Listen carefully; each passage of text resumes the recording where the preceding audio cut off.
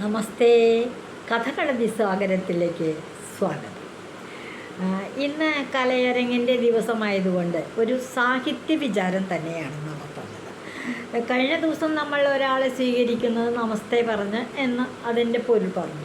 ഇന്ന് രാവിലെ നമ്മൾ എഴുന്നേൽക്കുന്നത് കിടക്കപ്പായിന്ന് വല്ല കുസൃതിയും കാര്യങ്ങളൊക്കെ തട്ടി കാണിക്കുകയോ കുട്ടികൾ വീഴുകയൊക്കെ ചെയ്യുമ്പോൾ പണ്ട് കാർന്നന്മാർ പറയൂലേ, നീ നേരം പാട്ടിലല്ല എണീറ്റേക്കണേ, ചെന്ന് കിടന്ന് വീണ്ടും ഒന്നുകൂടെ ഇടതുവശം വെച്ച് അല്ലെങ്കിൽ വലതുവശം വെച്ച് എണീക്കുക എന്ന് പറഞ്ഞ് എഴുന്നേറ്റത് ശരിയായില്ല എന്നുള്ള ഒരു കുറ്റാരോപണത്തോടു കൂടി നിർബന്ധമായിട്ട് കുട്ടികളെ പിടിച്ച് കിടക്കയിൽ കൊണ്ടുപോയി കിടത്തി ശരിയായ വിധത്തിൽ പിന്നെ വലത്തോട്ട് തിരിഞ്ഞ് എഴുന്നേക്കണം എന്ന് പറയും.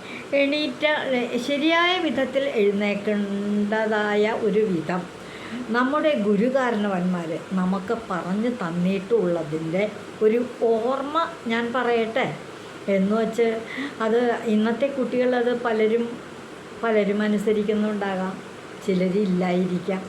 കുട്ടിക്കാലത്തെ ഈ രീതിയിൽ എഴുന്നേറ്റ് പഠിച്ചിട്ടുള്ള ഒരു കുട്ടി എപ്പോഴായാലും അങ്ങനെ തന്നെ എഴുന്നേക്കുള്ളൂ.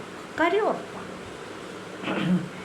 രാവിലെ എണീക്കുന്നതിന് മുൻപ് എന്തിനാണ് നമ്മൾ ഭൂമി തൊട്ട് വന്നിക്കാറുണ്ട്? അത് നമ്മൾ കിടന്നുറങ്ങണം സുഖമായിട്ട്. ആ കിടന്നുറങ്ങി ഉണർന്നു എണീറ്റാൽ നമ്മൾ വലതുവശത്തേക്ക് ചെരിയണം, എന്നിട്ട് എഴുന്നേക്കണം. വലതുവശത്തേക്ക് ചെരിഞ്ഞ് എഴുന്നേറ്റാൽ നമ്മൾ കിഴക്കോട്ട് തിരിഞ്ഞായിരിക്കും ഇരിക്കുന്നത്. അത് കഴിഞ്ഞാൽ ആദ്യം തന്നെ നമ്മളപ്പോൾ കണ്ണടച്ച് തുറന്ന് എന്നുള്ളൊരു ഭാവത്തിലാണ് എണീക്കുന്നത്.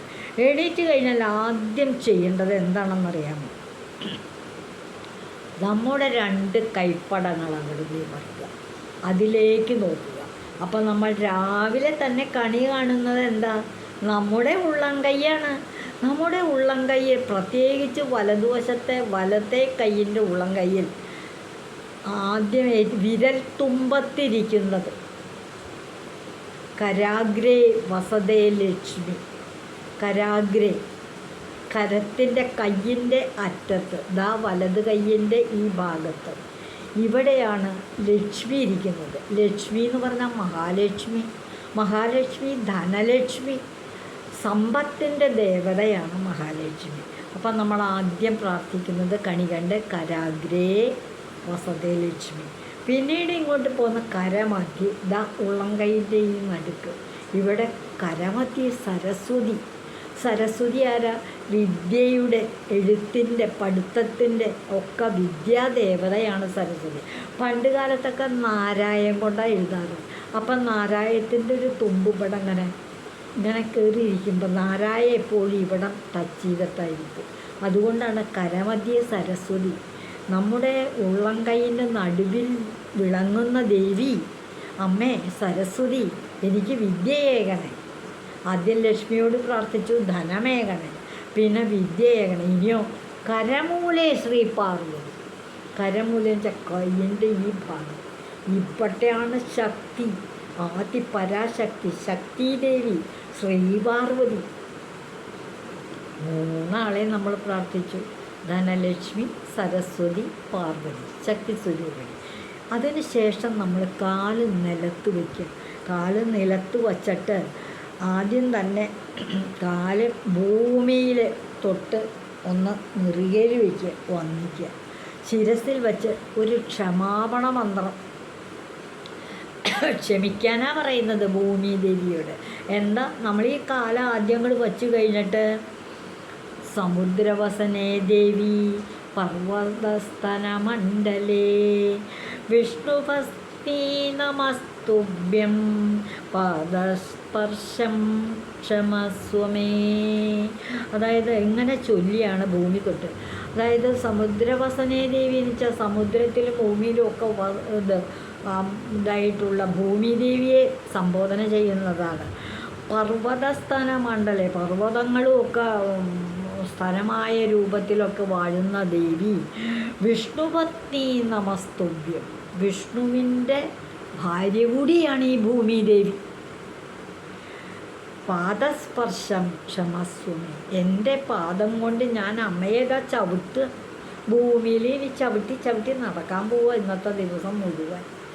അതുകൊണ്ട് അമ്മയെ ക്ഷമിക്കണേ എന്നാണ് ഭൂമി തൊട്ട് നെറുകയിൽ വയ്ക്കുന്നതിൻ്റെ ഒരു പ്രാർത്ഥന, ആ ക്ഷമാപണം. ഈ വിശ്വാസത്തെ ചില ആളുകളൊക്കെ അന്ധവിശ്വാസം എന്ന് കരുതുന്നത്. ഒരുപാട് പേര് ഇതൊക്കെ ചുമ്മാ വെറുതെ പിന്നെ ഭൂമി ഒന്നങ്ങോട്ട് തൊട്ട് ശിരസിൽ വച്ചാലായില്ലേ, കയ്യിലേക്കൊന്ന് നോക്കിക്കൊണ്ടാലായില്ലേ എന്നൊക്കെ. ഇനി ഞാൻ ഇതിൻ്റെ ശാസ്ത്രീയ വശമാണ് പറയുന്നത്. അതിപ്പോഴത്തെ കുട്ടികൾക്ക് ബോധ്യപ്പെടണം, നിങ്ങളത് മനസ്സിലാക്കണം.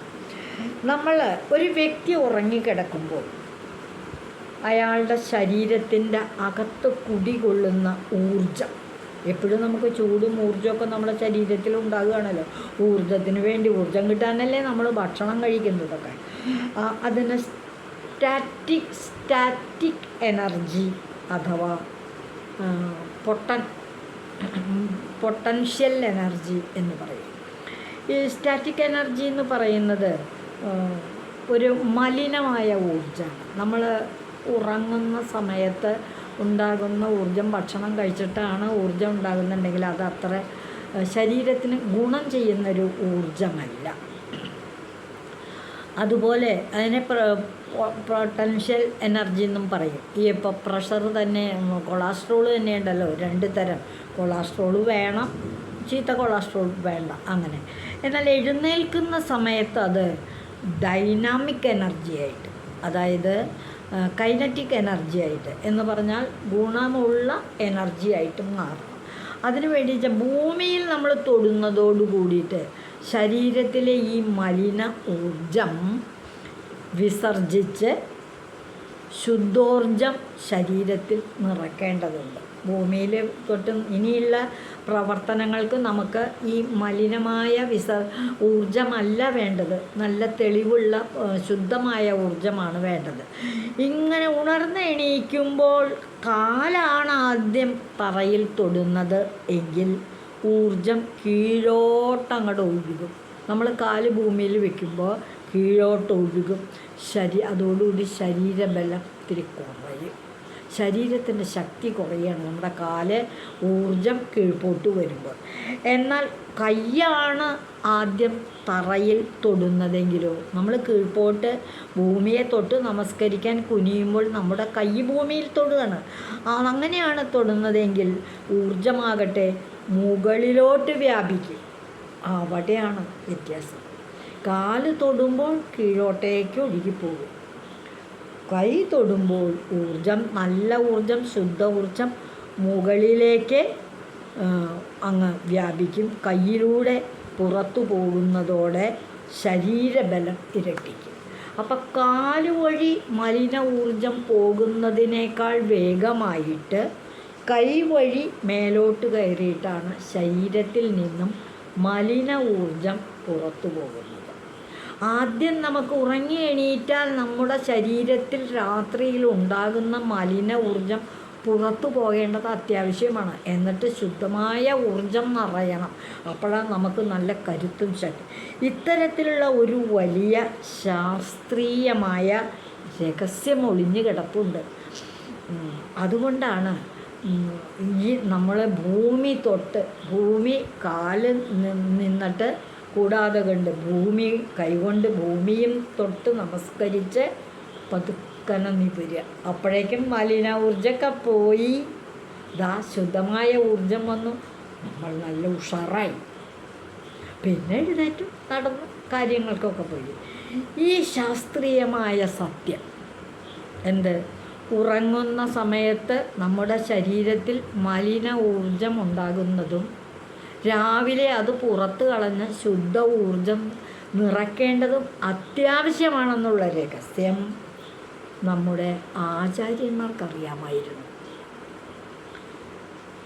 അതുകൊണ്ട് ഭാരതത്തിലെ ആചാര്യന്മാർ രാവിലെ ഭൂമിയെ തൊട്ട് ശിരസിൽ വച്ച ശേഷമേ എഴുന്നേൽക്കാവൂ എന്ന് പിൻതലമുറയെ ഓർമ്മിപ്പിച്ചിരുന്നു. ഭൂമി തൊട്ട് നിറയിൽ വച്ച്, അതും ഒരു പ്രാർത്ഥന. ഞാനിനി ചവിട്ടി നടക്കുമ്പോൾ അമ്മേ മാപ്പ് തരണേ എന്നുള്ളൊരു പ്രാർത്ഥന. സമുദ്രവസനേ ദേവി പർവ്വതസ്ഥലമണ്ഡലേ, സമുദ്രവസനേ ദേവി പർവ്വതസ്ഥലമണ്ഡലേ,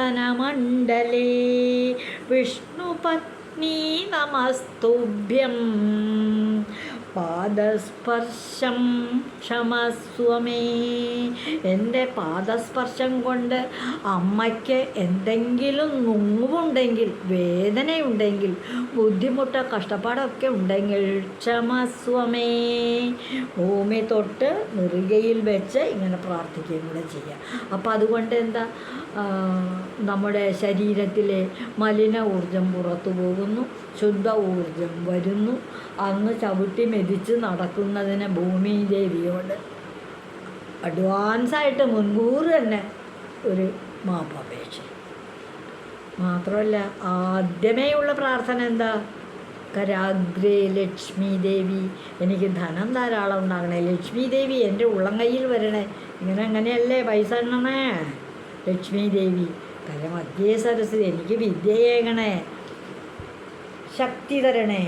ശ്രീ പാർവതി ദേവി പ്രാർത്ഥനകൾ, ഈ ദേവിമാരെയൊക്കെ നമ്മൾ പ്രാർത്ഥിച്ചു. അതിന് ശേഷമാണ് രാവിലെ ഒരു ദിവസം നമുക്ക് ആരംഭിക്കുന്നത്. എങ്ങനെ ഒരു ദിവസം തുടങ്ങാം? എഴുന്നേൽക്കുക, വലതുവശത്തേക്ക് ചരിഞ്ഞ് എഴുന്നേൽക്കുക, കിഴക്കോട്ട് തിരിഞ്ഞിരിക്കുക. സാധാരണ തെക്ക് വശത്തേക്ക് തലവെച്ച് കിടക്കുന്നവർക്ക് കിഴക്കോട്ട് തിരിഞ്ഞിരിക്കാൻ പറ്റും. കിഴക്കോട്ട് തലവെച്ച് കിടക്കുന്നവരാണെന്നുണ്ടെങ്കിൽ വടക്കോട്ട് തിരിഞ്ഞ് ഇരിക്കാൻ പറ്റും. അങ്ങനെ ഇരുന്നു കൊണ്ട് പ്രാർത്ഥിക്കുക, ഭൂമി തൊട്ട് നിറകിൽ വയ്ക്കുക. എന്നിട്ട് നമ്മുടെ ദൈനംദിന കാര്യങ്ങൾ തുടങ്ങുന്ന ദിവസം ശുഭമായിരിക്കും. ഇന്ന് ഞാനീ പറഞ്ഞ കാര്യങ്ങൾ നിങ്ങൾ ആദ്യമായിട്ടൊന്നും കേൾക്കണതായിരിക്കില്ല. ധാരാളം പേര് കേൾക്കുന്നുണ്ട്, ധാരാളം പേര് ഇത് അനുകരിക്കുന്നുണ്ട്. നിങ്ങളുടെ കുട്ടികൾക്ക് ഇത് ഒന്ന് പറഞ്ഞു കൊടുക്കൂ കേട്ടോ. ഇതൊരു ദോഷമില്ല. അതാണ് ഞാൻ ഗ്യാരണ്ടി. ദോഷങ്ങളൊന്നുമില്ല, ഉണ്ടെങ്കിൽ ഗുണമേ ഉള്ളൂ. ഇതുവഴി വന്നാലും ഇത്തിരി നേരം ഇരുന്നാലും കഥകൾ കേട്ടാലും കളിയായി പറയും കഥയാണ്, കാര്യം പറയും കഥയാണ്. എല്ലാവർക്കും നന്ദി.